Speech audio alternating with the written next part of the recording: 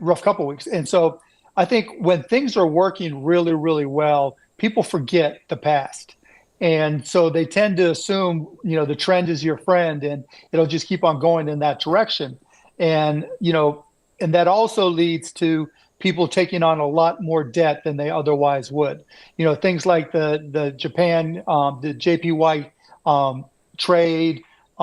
There's just so many ways where people are like, wait, it always goes up, right? This is just a pullback. We saw that in the late 90s with the internet bubble.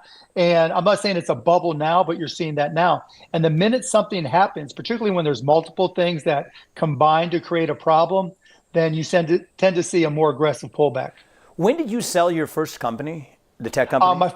No, the first company was a company called Micro Solutions. I sold it when I was 29. That was in the 80s. And then we started a company called AudioNet, which turned into broadcast.com. And that was the start of the whole streaming industry. We were the first streaming company. And when was that sold? We sold that in 2000. Right. So this is the famous one. I always liked this as a guy growing up. So I got my first job. I got into the world of hedge funds in 2007. So I was a biology guy, graduated in 2007, and I got into biotech investing, which I could tell you more about my background. And actually, for people to know, this is the first time Mark and I are meeting, but we've texted and messaged each other a lot. But anyway, so in 2000, the reason you were famous in my mind was actually not even the company you sold, though. That was an interesting story. Yeah, it was the hedge I put on after. The hedge, yeah. So how did that work? So it was a stock for stock deal. So here's what happened. So we sold broadcast.com to Yahoo for stock, no cash. Okay. And the rules back then were I had to wait 6 months before I could do anything because I was not an insider. And was that the rule or was that a demand of the acquirer? No, that was a law. That was the law. And so I couldn't do anything for 6 months. And so as with that in mind, I went and shorted this one index that had Yahoo that was 5% or less, but it was everything else was just internet stocks. And the idea was that would get me through my 6 months, after which then I could, do what I was going to do. So I put every penny I had for the most part into shorting this hedge fund. And I figured if the internet stocks cratered within that 6 months, I would be okay, right? And if not, fortunately, then I could put on this collar. So it didn't crater. I pretty much lost all my money on that short. But now I have a lot of money in Yahoo stock. And so what I did was I sold calls and bought puts. I hedged it. Yep. And I did it over a multi-period of time. And as it turns out, I kind of, a lot of people, not just me, expected the internet stock market might drop considerably. Well, it did. And I ended up actually making more money from the hedge than I did from selling Yahoo to Yahoo. And it was called one of the top 10 trades in Wall Street history. And actually, the stock for stock exchange, that's even a tax-free trade, basically, right? That's if you do stock for stock, but not when you put calls and puts on it, right? I do this collar. Your stock for stock was, the stock for stock merger was tax-free, but the calls and puts because effectively it could have been, but it wasn't, right? Okay, but got I still it. Had to, because of the hedge. But anyway, I still had to put the collar on. Yeah, that was a legendary hedge fund move. Because everybody was telling, because I remember going on CNBC, because I told people I put this collar on, and Yahoo was still going up in price.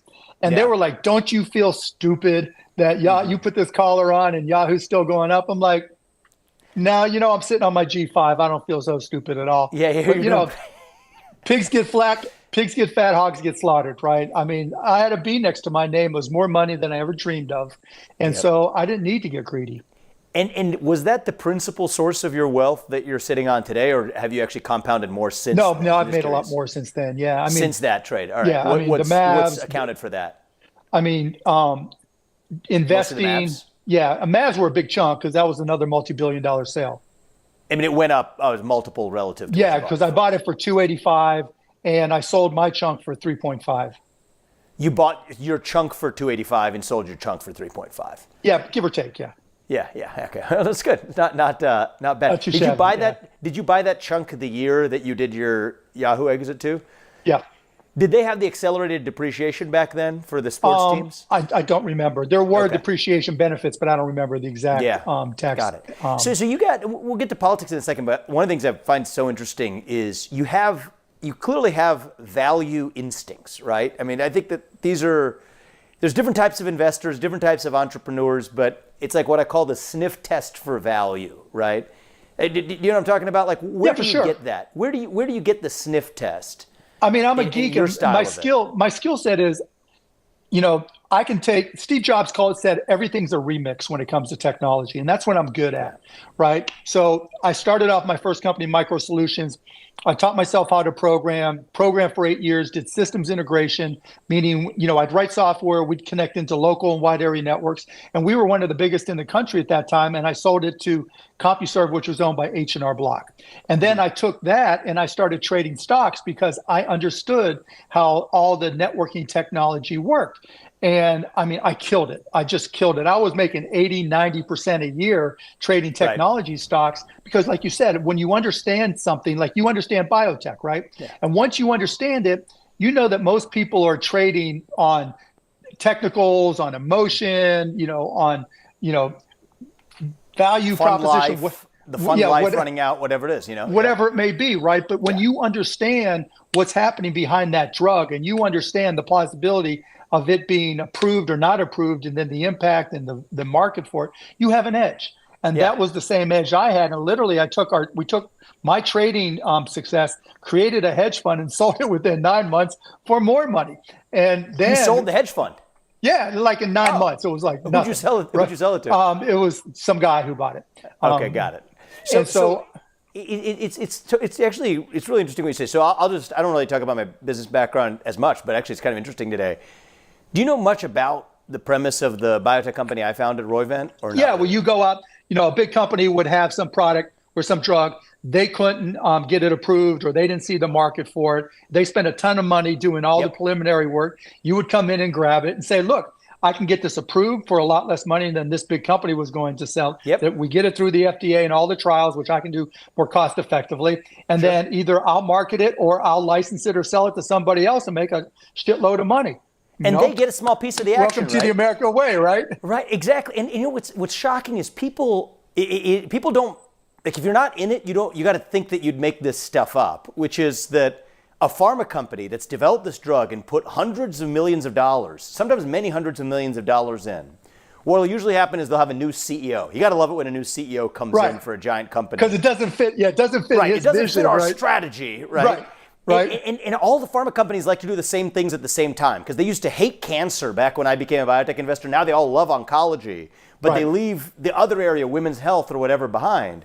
And so Roivant's whole thing is, okay, it's sitting on your shelf, all right?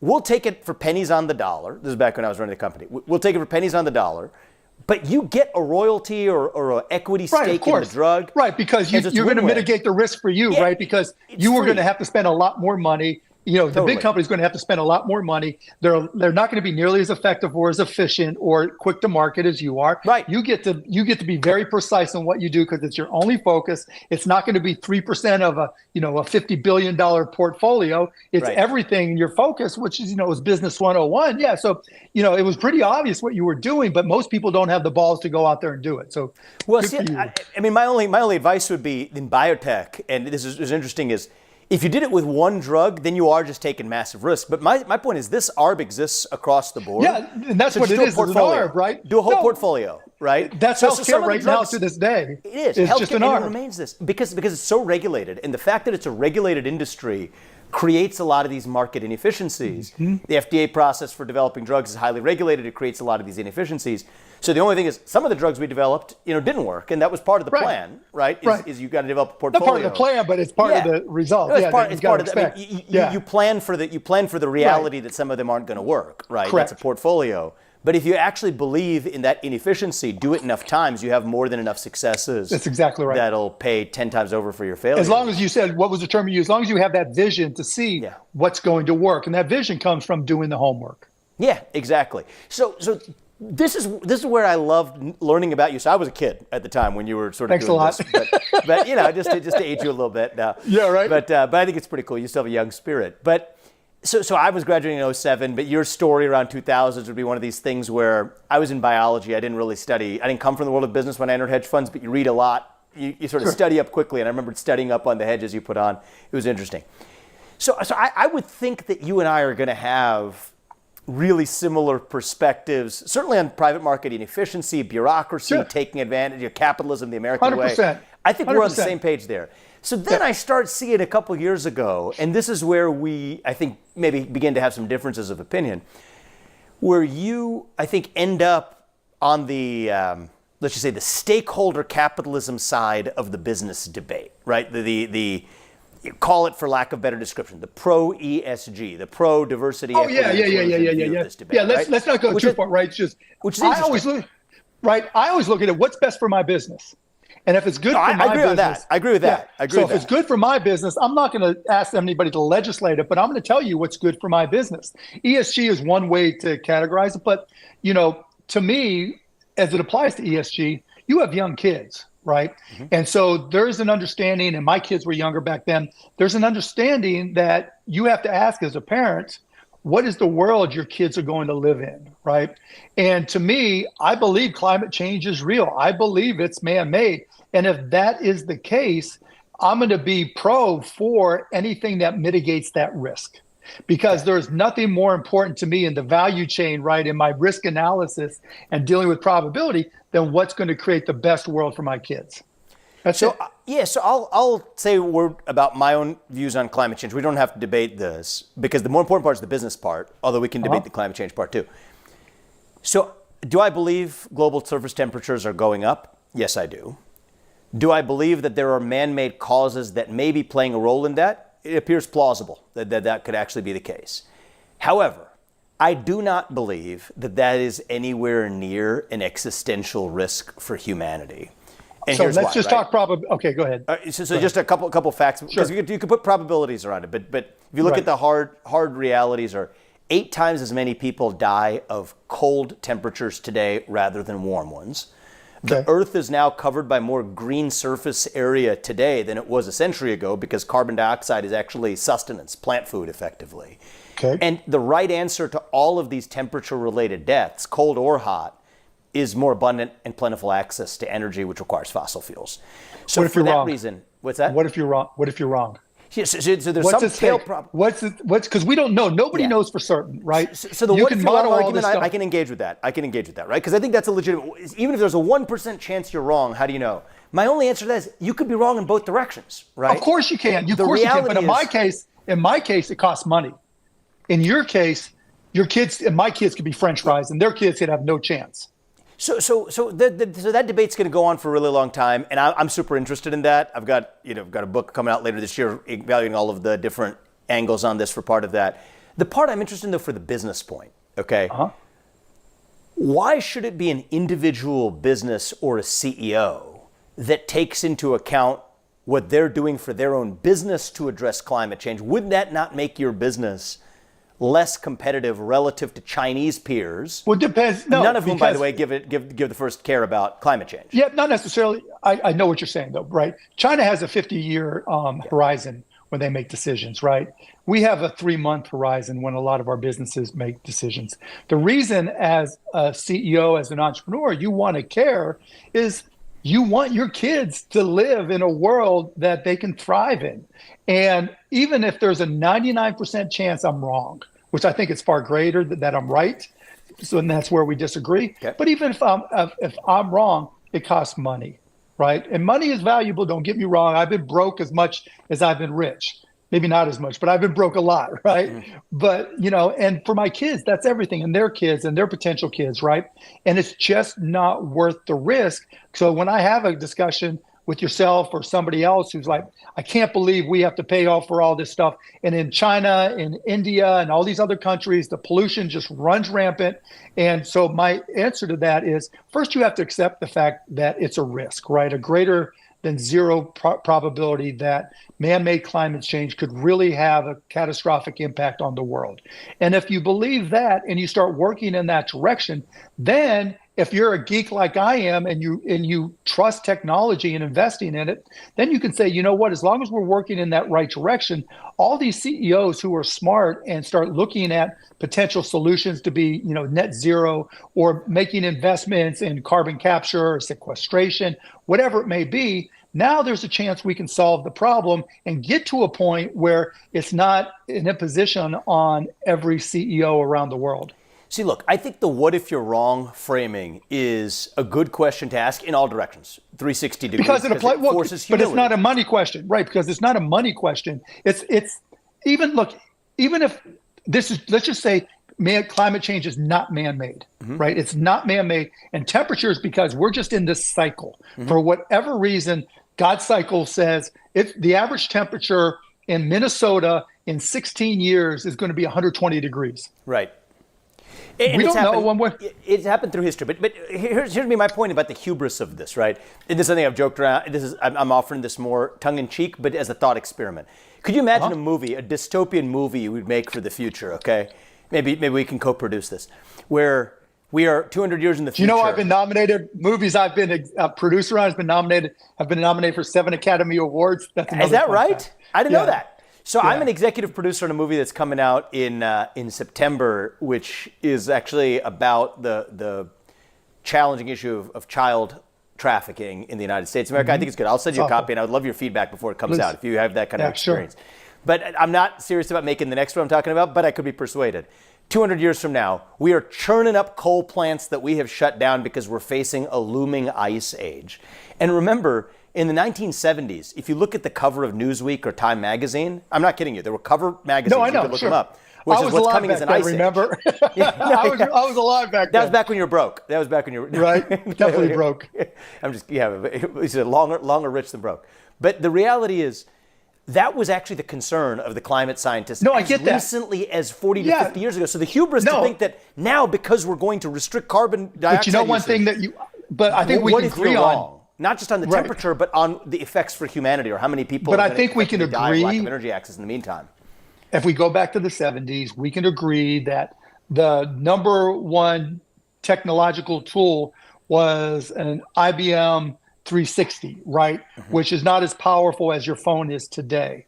That just the technological advances we've made in computing power, in connecting computing power together to in cloud computing, in AI. There's so many tools that are available today. You can't be shocked when they were wrong back then. And those tools only continue to improve. So in the drug development business, all the work that's being done in AI to try to determine which molecules will work to create drugs better, et cetera, right? Right.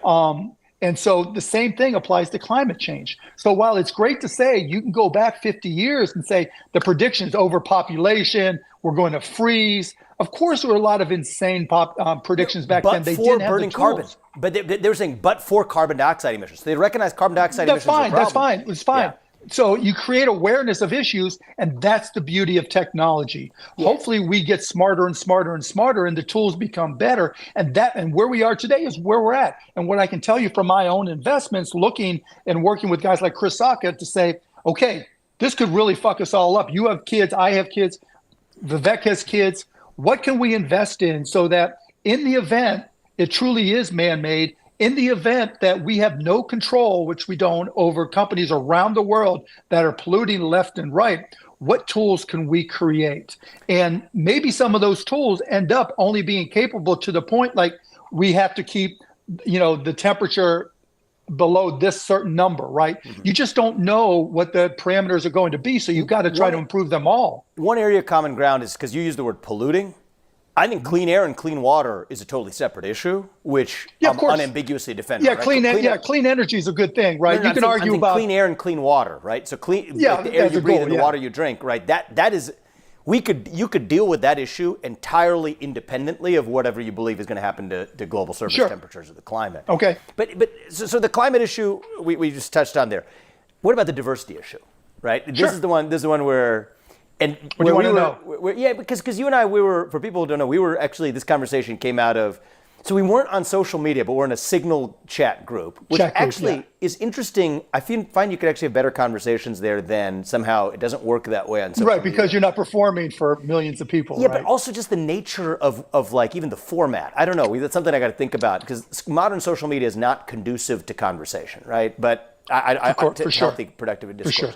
But anyway, we had an exchange. All right. So let me give you, without using the word DEI, because it's just so tired. You can use DEI. That's fine. I don't like using it because it causes, especially if it's somebody I might disagree with. I like using it. I got no problem with it, even though it pisses people off. That's what makes it more fun. well, let's use DEI then. Fine. So let's say in the name of DEI, right? Pfizer. Okay. This is an example I gave you. We started talking about it. Pfizer sets a target.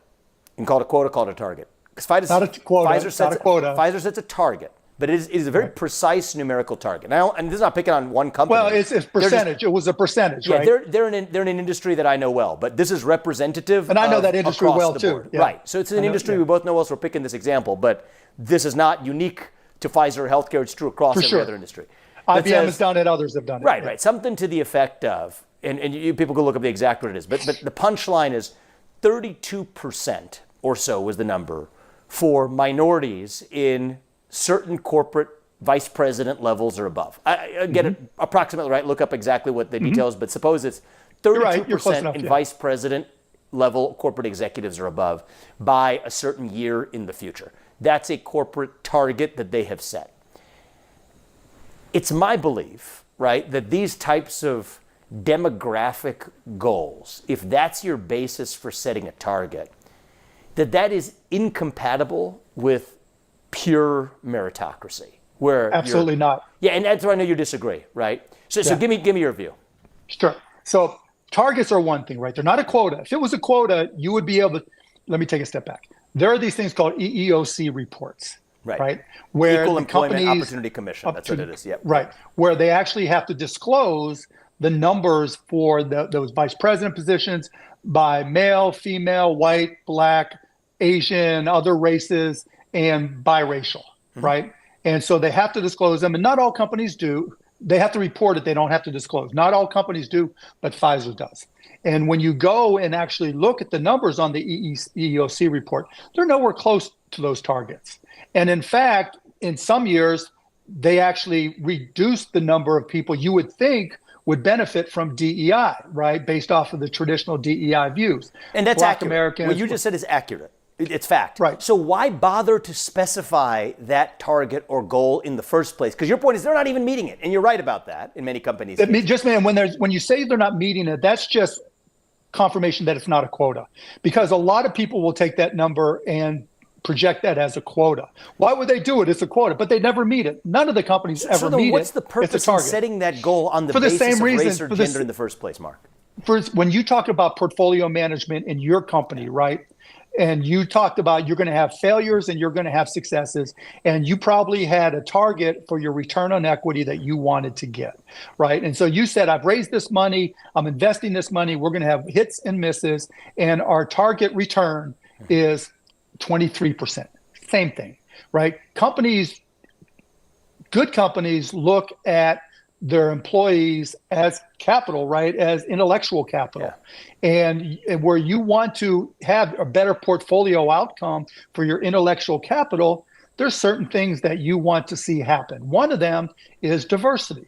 And now when I talk about diversity, and I've put this up on Twitter, that means going out there and just like you look for the best ARBs across all bio companies, right? You didn't care where they were located, looking for the best employee, the most capable employee means turning over rocks where other people don't look. And you probably found some of your best deals by looking where others don't look.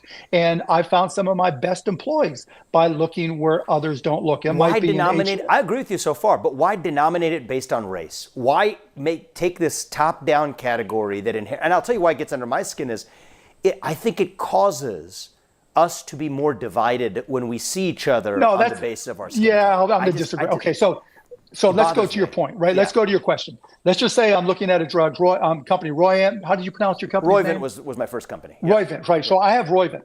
And I recognize that for cancer drugs, they're all ignoring them. Everybody's ignoring cancer. So I'm going to set a target for cancer drugs because I know everybody else isn't looking there. Yeah. They're missing it. And so I'm going to go where these cancer drugs are being made, where they're not making enough an investment in them. And I'm going to go to focus, not necessarily focus there, but I'm going to extend my ARB reach and my look to include those cancer drugs from companies I think don't do a good job of figuring out the value in that drug. That is what D in diversity is. It's saying, look, there's a lot of women, Black, Asian, whatever it may be, people that I think are not being recruited. That there are a lot of people who may not have the best test scores from the best school, but they may have a lot of soft skills from their experiences. And I'm going to go out and I'm going to find. What's the E? Okay, let me finish this point, right? Yep. We'll play forward. So I'll get to the E, right? I'm going to go and find the best possible candidates that I can. And they're going to compete with everybody else. Just like when you at Roivant, you compete with your cancer drugs, have to compete in potential return for the non-cancer drugs, right? And so in my diversity, when I go out and I look at this, I'm going to say this person, this woman, African-American woman who was from this small school that I've never recruited at, she's brilliant.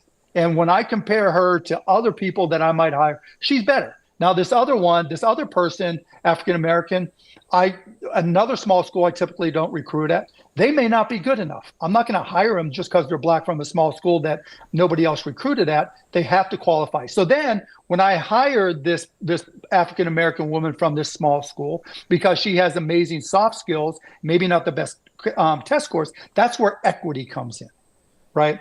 Equity means putting people in a position to succeed, giving them the tools that they need. So she might have soft skills I invested in this company called Scoutable, right? Scoutable.com. And all they do is they have people play these games.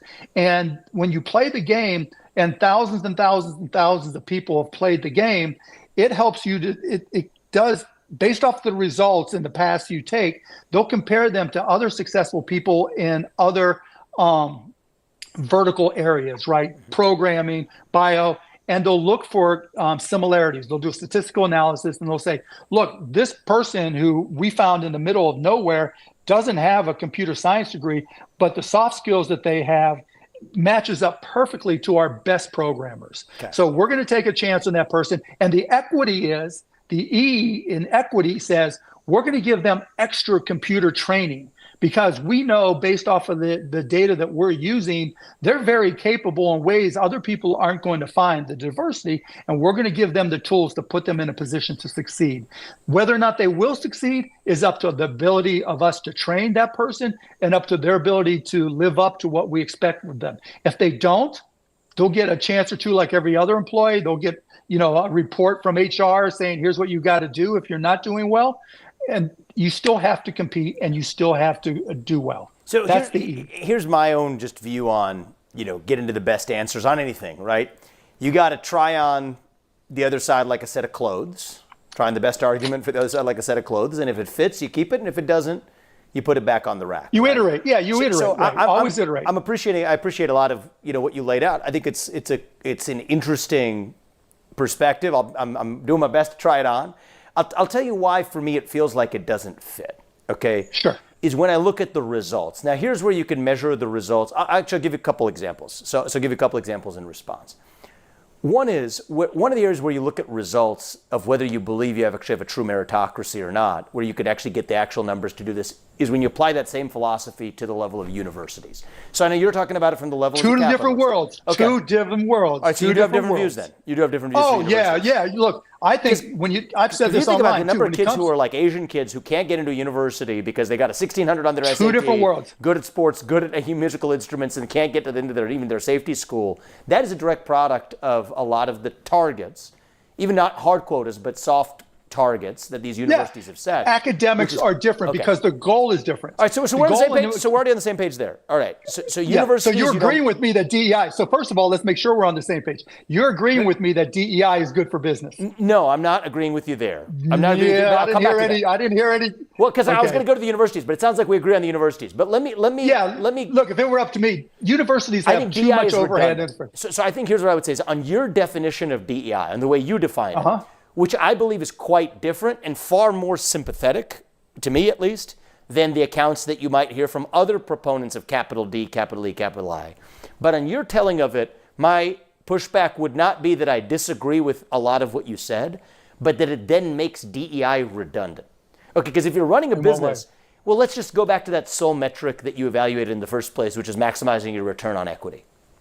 If that's your actual metric that matters, there are a million different targets that need to roll up into that. Of course. And they're not mutually exclusive. And of course, and it's different for different companies, right? So my view is it's got to fall out of the mission. It's got to be mission driven by the company.